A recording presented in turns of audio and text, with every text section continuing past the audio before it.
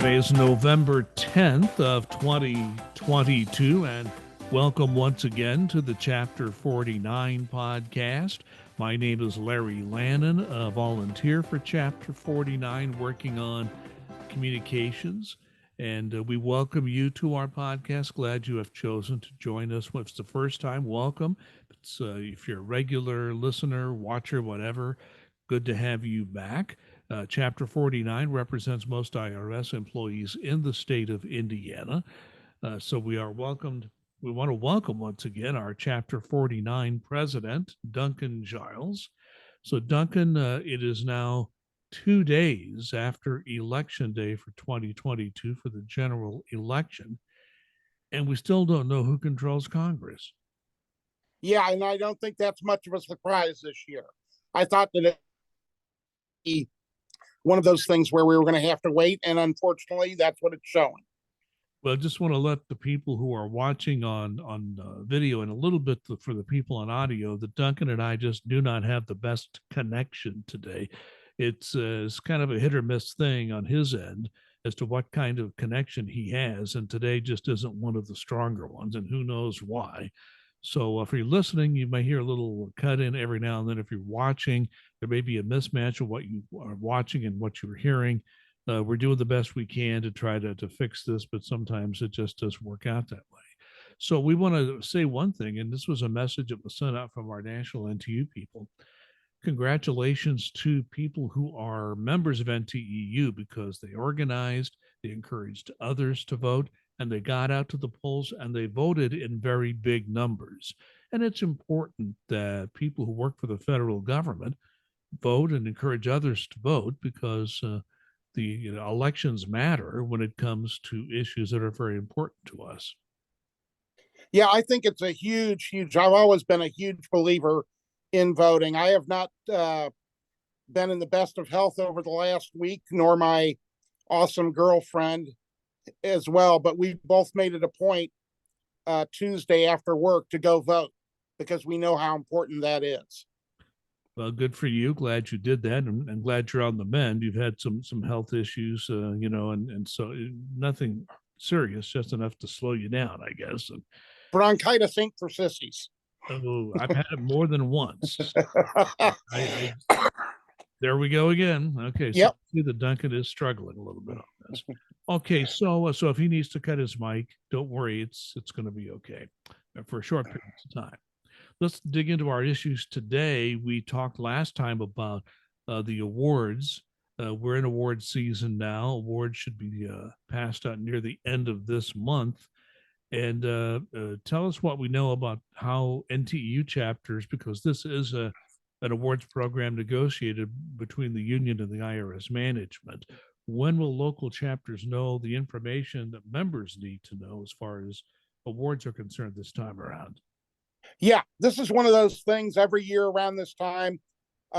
Myself and every chapter leader across the country gets the question, what's the deal on awards? How much are they going to be? What are the cutoffs? And we don't have that information until IRS gives it to us. IRS gives it to National NTEU. National NTEU then compiles it for the chapters. So we can just look at our chapter folks and see who, where their status is. I would anticipate at this point, by the end of next week, that chapters should have this information. So if you're wanting it today or early next week, probably not going to have it. Every chapter handles it differently. I like to send out something to the members saying, hey, I've got the information. If you want to know if you qualify, then just send me an email, and I start answering the emails in order received. Every chapter does it a little bit differently, but don't be upset with your chapter if they don't have the information yet, because we truly don't. We have to wait for it to be broken down, and National NTU does a great job of that for us. It really helps so we can get you the information as soon as possible. And I can see why every chapter would have to do this differently, Duncan, because our chapter, chapter 49 in Indiana, is not one of the larger chapters, but you get into a bigger chapter and they want to get this information out, but logistically, this can be complicated. It can be a huge issue. The top 55% of your pool are the ones who get the awards. And so if you're in a service center or something similar to that, or large call site, or a place that has, hundreds of revenue agents or officers, things of that nature, it can be a very daunting task. So please bear with your chapters if you're looking for that information. We want to give you that information. That's one of my favorite things to do every year, is tell people, hey, you're going to get this much money before taxes. I love doing that. That's fun for me, because this is something that, if it wasn't for, NTU, you wouldn't get these awards. This is not something out of the goodness of management's heart. They're giving it to you. This was negotiated many years ago. We keep tweaking it. We keep improving it. As an example, this year it'll be 2% of the pools. So again, it should be like in the past year or so, large awards. And that's what we want, because you guys bust your butt out there, and we want to make sure that you get rewarded for it.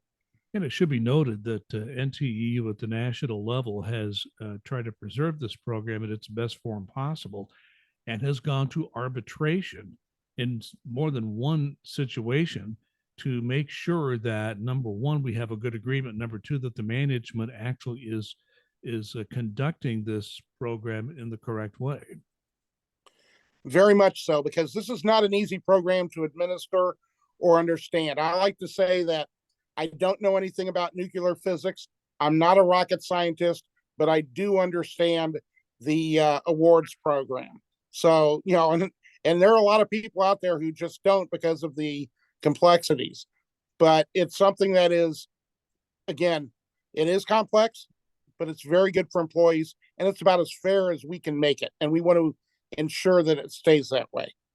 So again, we are recording this on November 10th. It will be the week after November 10th that Duncan and his cohorts throughout the country will actually have good data on, number one, who does and does not receive awards this cycle, and if you do receive an award, how much will it be? So people have already made their elections as to whether they want time off awards. Is that correct? Absolutely. You do that when you are when you're basically every year, when you're getting your appraisal, if you decide whether you want a time off award or a monetary award. That's something that we always have to check, because inevitably it'll get entered into wrong for at least a few people in every chapter, I would imagine, depending upon how large a chapter is. Could be many more, where somebody had elected time off and they got money, or vice versa. And it's not fun to get corrected. Let's put it that way. So we try and eliminate those issues as much as possible up front. And then we'll, if we have to take care of them in the back end, we do, but that causes a great delay. And like somebody wants time off and they get money, okay, you're going to have to hold on to that money, because you're going to have to pay that all back. Okay, so bottom line is, if you're in Indiana, any questions, contact Duncan. Duncan will let the membership in Indiana know when he has the information sometime late next week, and communicate with your own chapter wherever you may be watching or listening if you work for IRS for more information on this. So it's always good news when the awards come out. And it has gone from 1% to 2%, which is, I think, what it was last year. So the numbers of, as far as the amount people will receive money wise or time off compensation wise, went up last year, and you should still be at that level this year, correct? Exactly so. Exactly so. And that's one of those things about having a decent budget. And IRS recognizes, as well as NTU, that they want to reward their good employees. They want to reward all their employees, but especially the ones that are the higher performers in the top 55%. So it's in their own self-interest to make sure that the awards are a decent amount. Let's move on to healthcare and health insurance. We are heading into open season now. And during the open season, where you can make changes in your health insurance program that you have through the federal government, whether you're an employee or a retiree, this would apply to you. NTEU, to its members, be they retired or active duty members, NTU offers something that you would have to pay for were you not a member, and that's something called the consumer checkbook. So for those maybe who it's been a year, they've forgotten or just have never used it, talk about the consumer checkbook that will be available next week for our members, what it means and how to use it. Right. Open season, as you said, kicks off next week. The consumer checkbook is an invaluable guide to compare apples to apples, oranges to oranges in your healthcare plans. And that's what you want to do is you take a look at, okay, how much is the premium? It's not just the premium, how much are the deductibles, how much are the prescriptions, how much are the copays.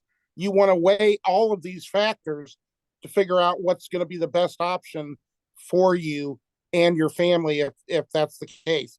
And the consumer checkbook really helps out in that manner that you can make those comparisons and save yourself some money with these, inflationary times. You want to, don't go with the old, oh, well, I've always had this insurance and I don't want to change it. A lot of doctors' offices will accept a lot of these insurances that are on the FEHB program, and the consumer checkbook will help you figure out which one's best. Then all you got to do is contact your doctor's office and go, hey, do you accept this insurance? And find out, what the network is, what you're out of network, that sort of thing. But you really, that's a great, great tool for making these comparisons to figure out what's best for you and your family. Very well explained there, Duncan, as far as how that all works. And I think that we should mention something else here. And people need to know this if they go to the OPM site just to look at all the different health plans or use the consumer checkbook, either one or both, is that there are really two kinds of insurance programs. One would be the national programs. Blue Cross Blue Shield would be one example, GIHA. There are many others where anybody in the nation who's a federal employee or retiree eligible for this can sign on to that. Then you have local programs. I think they're called, what the various different things, but there are some plans that only apply in your local area. So if you just look at the entire list, be careful because you can't sign on to a list of local providers in California if you live in Indiana or Ohio. Exactly so. And again, that's why you need to do some research on this, because of the fact that it's, like I say, it's something that can really save you some money. And God forbid you do have something catastrophic happen, it can really save you some money. So you want to make sure that you understand which plan is best for you, which plan works in your locality or nationally. And some of them will surprise you. There are things that IRS employees can get, that apply to postal workers. You wouldn't think you'd be able to do that, but yeah, because you're covered and it's a national plan, you can do those types of things. And it takes a little bit of research, but it's not that difficult. And again, it's just something you want to do for the best interest of yourself and your family to put more money back in your pocket. Yeah, and sometimes you have to to be eligible for those postal programs, you have to become a member, a non-official member of an association or something. But this is where the consumer checkbook really helps you because it tells you what all these side issues might be, and it really does a good job of explaining what all this will mean for you. So we do encourage you to use it if you're a member. If you are unsure how to get to it or how to use it, talk to your local chapter in Indiana. Talk to Duncan Childs or any of the stewards that he has here in the state of Indiana. Anything more on open season per se? Well, I do want to touch on what you just said because it's an excellent example. The postal, some of the things like the postal unions, things of that nature. Yeah, it might cost you $48 a year to join to be a member.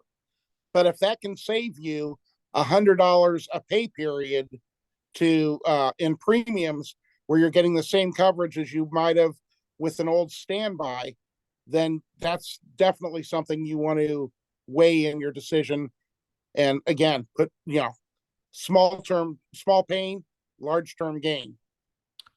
Yeah, and something related to this whole healthcare issue is that the NTEU, again, when we negotiate contracts, We do the best we can to give employees every opportunity to take advantage of researching something like your healthcare plan. It's just so important to you and your family. If you look at Article 36 in your contract, if you're the geeky types of people who like to read the contract, there is a provision under Article 36 which says that IRS employees will receive up to 4 hours of administrative time every year to either go to a health fair if there's one available where you happen to be stationed, or you can simply have that 4 hours to review the healthcare plan options that you have, and you can take that time to use the consumer checkbook if you want, or just do it on your own. But there is time on the clock available to you to do this research, and that's an indication that the management, at the urging of NTEU, realizes just what an important decision this is for people who work for the agency. Yeah, this is a long-standing provision in the contracts that you do get up to 4 hours, and it doesn't matter whether you're in a service center, on the phones, a revenue agent, officer, in TAS, doesn't matter what division or what position you hold. You get up to 4 hours to review those. If you're not able to go to a health fair or don't want to tune into something that is being done by one particular company that you want to review it on your own, you get that time. So you need to contact your management, find out what time works for them during open season, because it's not going to do you any good to get it, this time in December 22nd when open season's gone. You want that time during open season. Contact your management. If your management says, well, we can't give you any administrative time to do this, then contact your local chapter, because we'll be more than happy to explain the facts of life to them, that you are entitled to this and you should be able to have it. And I'm sure that the upper level executives want to make sure that the folks who are asking for it get it as well. Yeah, when you have a contract provision like this, and as you mentioned, it's been there for many, many years, it's an acknowledgement by the management that this is a very important. They want their employees to have the best health plan available to them. So yeah, if there's a local manager who says no, you talk to your chapter, and somebody in that management chain will explain, as you said, the facts of life to that local management team. That no, you cannot deny this. You have to schedule it, of course, but that you cannot deny people this for. And it's better to try to get that request in as early as possible, so it works out best for anyone. So we've talked a lot about open season in many different ways. Anything you want to add before we move on, Duncan? On that. Nope. I think that's. I think we've covered it pretty well. We'll probably cover it more as open season continues. But again, any questions you have, contact your local chapter. If you're here in Indiana, feel free to contact myself or any of the stewards. But if you're outside of Indiana, contact your local chapter. They'll be happy to help. Let's move to security. We've talked about that a few times, and a few podcasts ago, we talked about a new program that's being rolled out as part of the security. How should I put it? A concentration on security because of all the attacks on IRS and what we've been seeing, sadly, in a lot of federal agencies, IRS being one of the primary ones. It seems to be a target amongst people who just don't like taxes or just don't like government. There is this randomized screening program that is going to be coming to a number of buildings. It's a safety measure. It was rolled out originally and explained to you as kind of a test, if you will, to see how this will work. It's just a more stringent security protocol that you would have around a federal building. First of all, is anybody in Indiana, as far as you know, involved? And secondly, for those who are involved, do you know what this will mean for employees working in these federal buildings? Yeah, what this is, and different buildings have had this at different times over the years. Here in Indianapolis, in our federal building, we have this off and on. Currently, it's on, where they, every so many employees, they pull them out and do a random screening on them, just because of the fact that they're concerned about, employees bringing in weapons, things they shouldn't. So it shouldn't be new to most employees where they have security in these federal buildings. My issue with this is the fact that, yeah, that's great. I understand you want to screen, make sure the employees are not the main problem. The employees are not. It's the people who are gotten inflamed about the IRS, who are upset with the IRS, who are being told the IRS is evil. Those are the ones who we want to make sure aren't carrying weapons in here. So anything that can be done more stringently to protect the employees, I think we ought to pretty well concentrate on that too.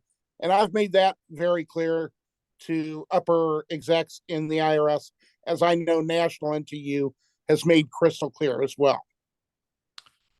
Yeah, and that does sort of bring up an issue that I think a lot of employees have asked, which is why is it that there's a concentration on employees when the real issue appears to be people who are not employees? I mean, obviously, employees get security checks, we're checked out on a regular basis, first stringently when we're hired, and occasionally as we continue in our federal career.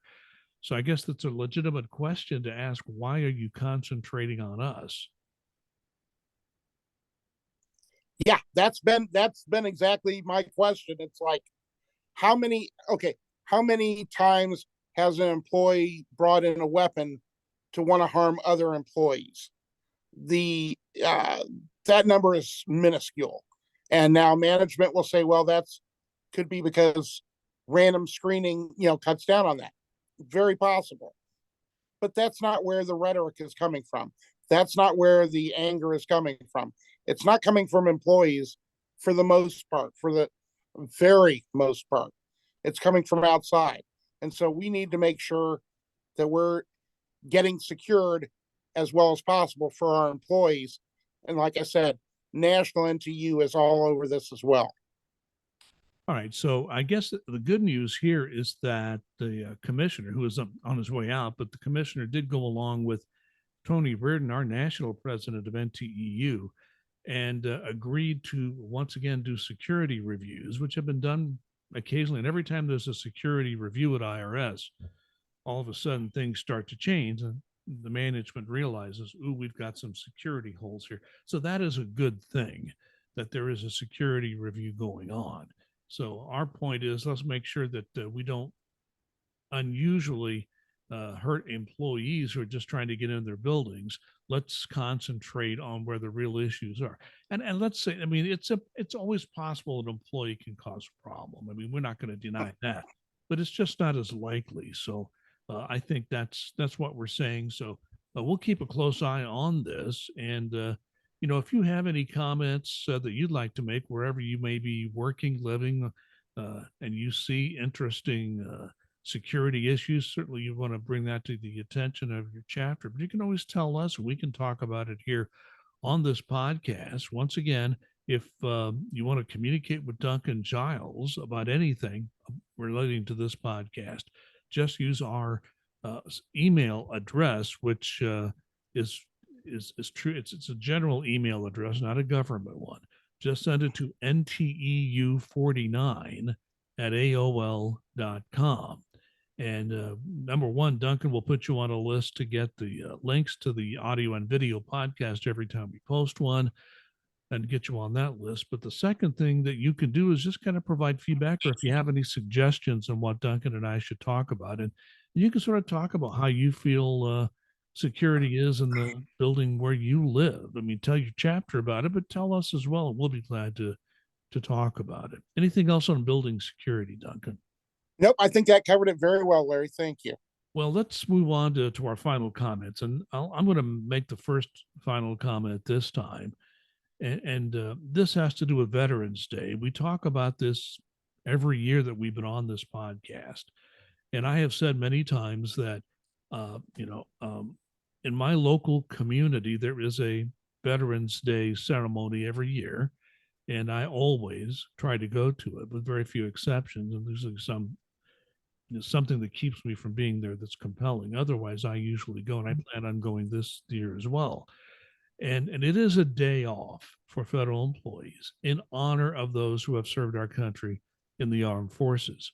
So I guess the question, not the question, but the point I would like to make is that, it is a day off for you, but do something, whatever it might be on Friday of this week, November 11th.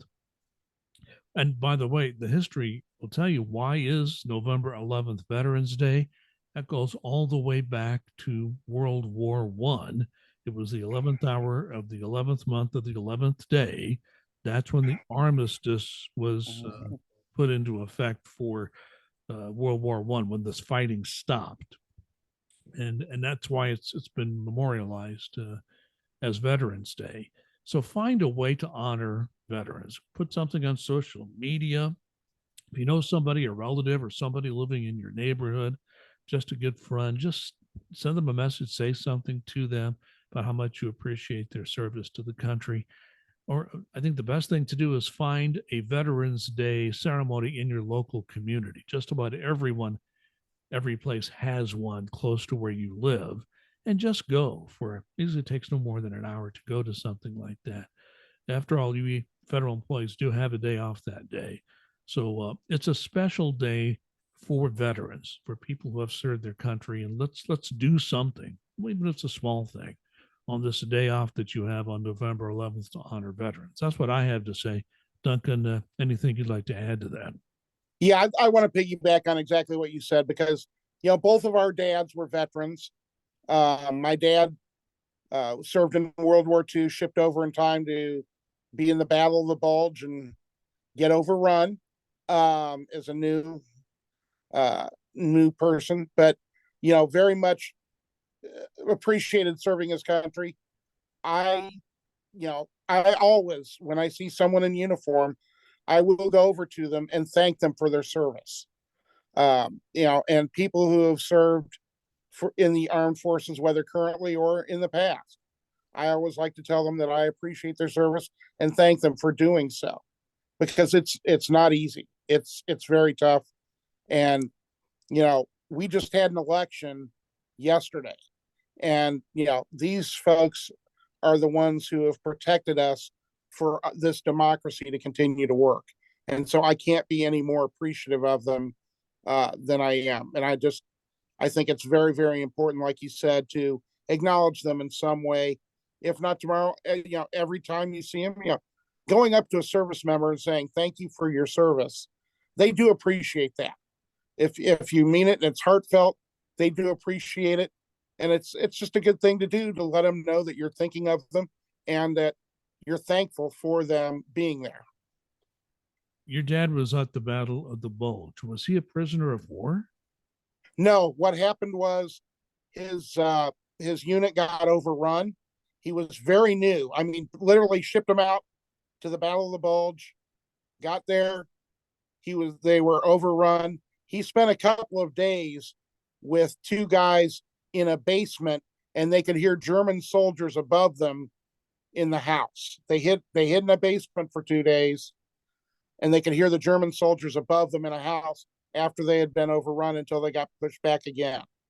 So it was quite the harrowing experience for him. And he was like, I was there. I was defending our country. I was doing what was right. Yeah, it was not fun. It was not a pleasant experience, and he didn't like talking about it. And he got claustrophobia from it for the rest of his life Hmm. because of it, and it's an understandable situation. But literally, he was there and um, doing what he felt needed to be done. And I've always felt that that's just a way to honor my father as well, to make sure that I thank these veterans for their service. Yeah, and there was another person from Indianapolis, very famous person, who was in the Battle of the Bulge and ended up as a prisoner of war of the Germans, and that was Kurt Vonnegut. Yep. And hearing him tell his story about what happened to him, a different story than your dad's, but they were both at the Battle of the Bulge. Um, it just tells you about service, and it's interesting that a lot of the, particularly World War II veterans and others too, they don't like to talk about what happened over there.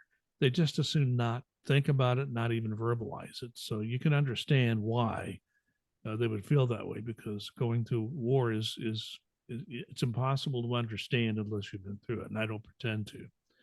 My dad, even though he had a medical discharge from, he was considered to be a disabled veteran. He worked for the Defense Department as a civilian the rest of his working life until he retired. So, he had a different way of serving after he left the military. So again, Duncan and I are giving you the same message. Enjoy your day off on November 11th, but do something, whatever you think it might be best. Doesn't even have to be a lot. Do something to honor a veteran or veterans in your community, someone you know, someone to whom you're related, and yeah, just do something special. And I think that's the message we want to send. And I think that reflects what NTEU, how we feel as a union, because we posted on our Facebook page, which is NTU Chapter 49 Indiana on Facebook, that we posted the poster that NTU sent out honoring veterans. We always try to do that in every little way we can. So this is something NTEU believes in from the top to the bottom. And because of the veterans' preference for hiring in federal civilian service, I worked with a whole lot of veterans. I know you have too, and when they chose to talk about their service, it was fascinating to listen to their stories.